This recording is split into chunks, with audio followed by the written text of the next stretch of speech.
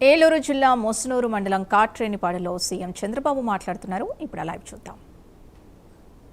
వ్యవసాయాన్ని ఒక జీవనోపాధిగానే చూడడం లేదు.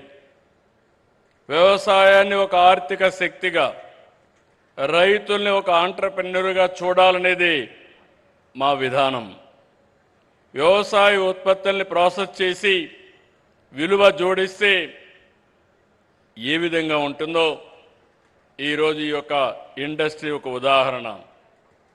ఆంధ్రప్రదేశ్ రాష్ట్రంలో అక్వా, అరకు కాఫీ, పామాయిల్, ఇంకో పక్క మీరు చూసి కోకో, మిరప, మామిడి, టమోటా, పసుపు, మొక్కజొన్న, మీరు వాణిజ్య పంటలు ఏమి దలుచుకున్నా ప్రపంచంలో పండించే వాణిజ్య పంటలు మన రాష్ట్రంలో పండడం మనందరికీ గర్వకారణం అని చెప్పి కూడా నేను మీకు తెలియజేస్తున్నా.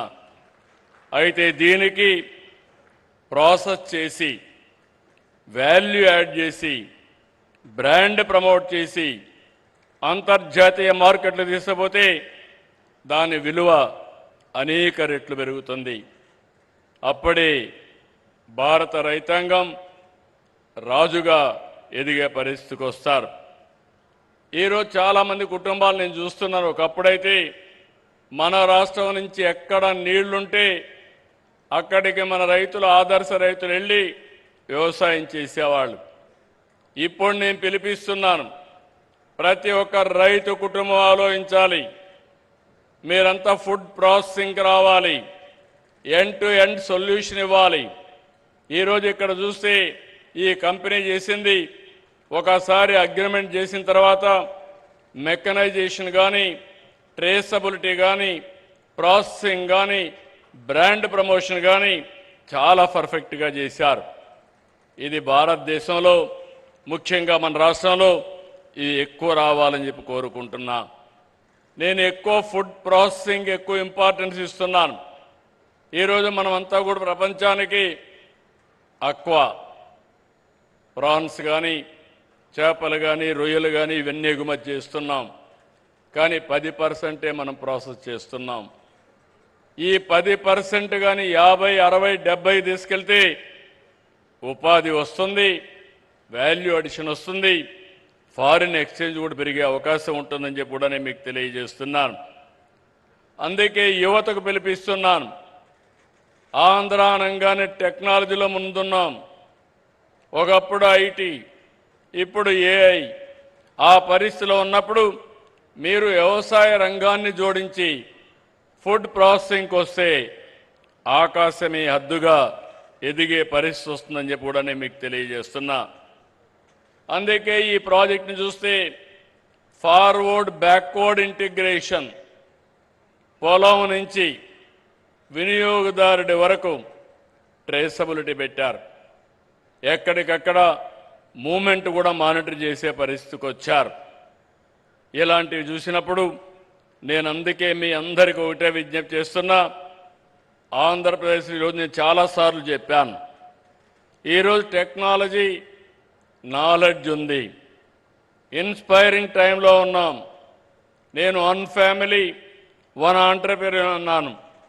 అంటే ప్రతి ఒక్క కుటుంబంలో ఒక పారిశ్రామికవేత్త రావాలనేది నా ఉద్దేశం.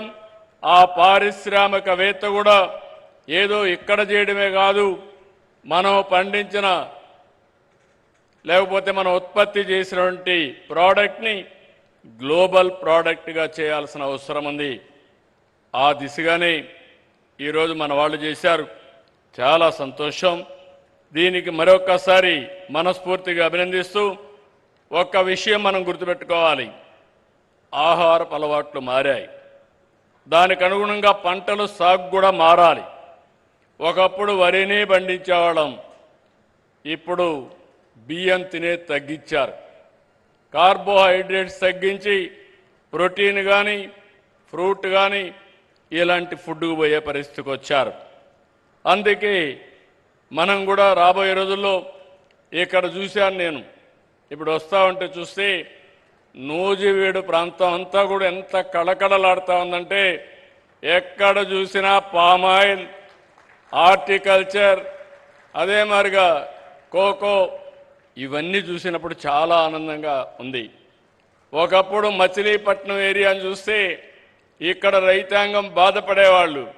ఇప్పుడు ఈ ప్రాంతం రైతాంగాన్ని చూసి మచిలీపట్నం కృష్ణా డెల్టా రైతాంగం ఆలోచించే పరిస్థితికి వచ్చిందంటే అది మార్పులో వచ్చిన విధానం. ఆ విషయం మనం గుర్తుపెట్టుకోవాలి. ఈరోజు రాష్ట్రంలో అక్వాకల్చర్ని, హార్టికల్చర్ని, వాణిజ్య పంటల్ని పండిస్తున్నాం. ఒకప్పుడు రాయలసీమ కరువు సీమ, ఇప్పుడు రాయలసీమలో సిరులు పండించే పరిస్థితికి వచ్చాం. ఇంకో పక్క ఈరోజు మీరు చూస్తే దీని మీద పెద్ద ఎత్తున నేను ఎప్పుడూ మాట్లాడుతున్నాను. రాబోయే రోజుల్లో 20-30 సంవత్సరాల్లో ఎలాంటి పంటలు ఉండాలి, ఎలాంటి ఆర్థిక వ్యవస్థ ఉండాలి, దేనికి భవిష్యత్తు ఉంటుందో ఎప్పటికప్పుడు మాట్లాడుతూ మాటల్లోనే కాదు యాక్షన్లో కూడా చేయడం కోసం రాయలసీమని ప్రపంచానికే ఒక హార్టికల్చర్ హబ్గా తయారు చేస్తున్నాం. సెప్టెంబర్లో 1,00,000 కోట్ల రూపాయలు ఖర్చు పెట్టే ప్రాజెక్ట్ని ప్రారంభిస్తున్నాం. 40,000 కోట్ల రూపాయల ప్రభుత్వం, 60,000 కోట్ల రూపాయల ప్రైవేట్ ఇన్వెస్ట్మెంట్తో ప్రపంచం మొత్తం గర్వించే విధంగా, ప్రపంచానికి సరఫరా చేసే విధంగా గ్లోబల్ హార్టికల్చర్ హబ్ను తయారు చేస్తున్నాం. వచ్చే 3 ఏళ్లలో 36 సాగునీటి ప్రాజెక్టుల్ని 35,000 కోట్ల రూపాయలు ఖర్చు పెట్టి పూర్తి చేస్తున్నాం. నీళ్లుంటే రాయలసీమ ఒక ఉదాహరణ ఏ విధంగా మారిందో. అదే సందర్భంగా ఈ ప్రాజెక్టులన్నీ మీరే చూశారు. ఇక్కడ ఒకప్పుడు గోదావరి నీళ్లు సముద్రంలోకి పోయేటివి.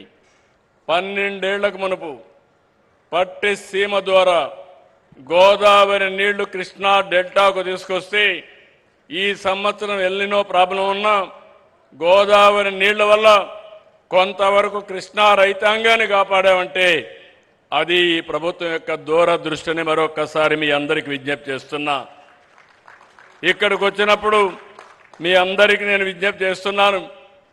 చింతలపూడి లిఫ్ట్ ఇరిగేషన్ వస్తే నూజివీడు భవిష్యత్తే మారిపోతుంది. తప్పకుండా కొన్ని లీగల్ ఇబ్బందులు ఉన్నాయి, అన్నీ అధిగమిస్తున్నాం. తొందరలోనే ప్రారంభించి ఈ 2-3 ఏళ్లలోనే పూర్తి చేసి జాతికి అంకితం చేస్తామని చెప్పి కూడా నేను మీకు తెలియజేస్తున్నా. ఈరోజు 3 దశాబ్దాలు వెలుగొండ, ప్రకాశం జిల్లాలో మార్కాపురం ప్రాంతం, ఇప్పుడు మార్కాపురం జిల్లా,